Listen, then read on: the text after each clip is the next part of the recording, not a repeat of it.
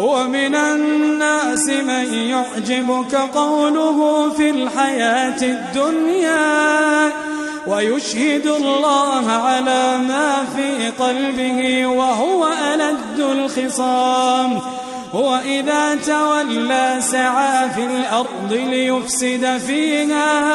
ليفسد فيها ويهلك الحرث والنسل والله لا يحب الفساد. وإذا قيل له اتق الله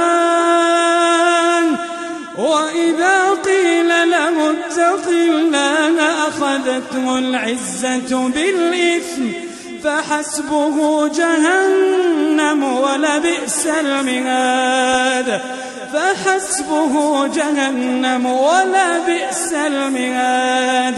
ومن الناس من يشري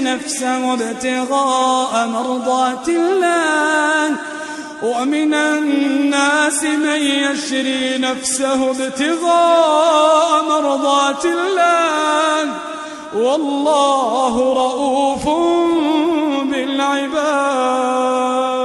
يا أيها الذين آمنوا ادخلوا في السلم كافة ولا تتبعوا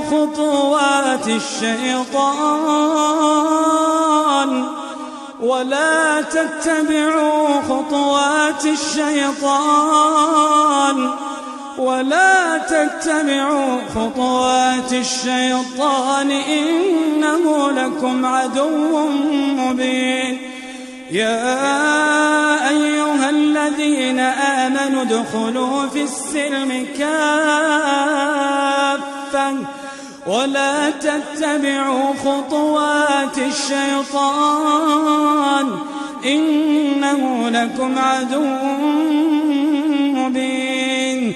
فإن زللتم من بعد ما جاءتكم البينات فاعلموا أن الله عزيز حكيم.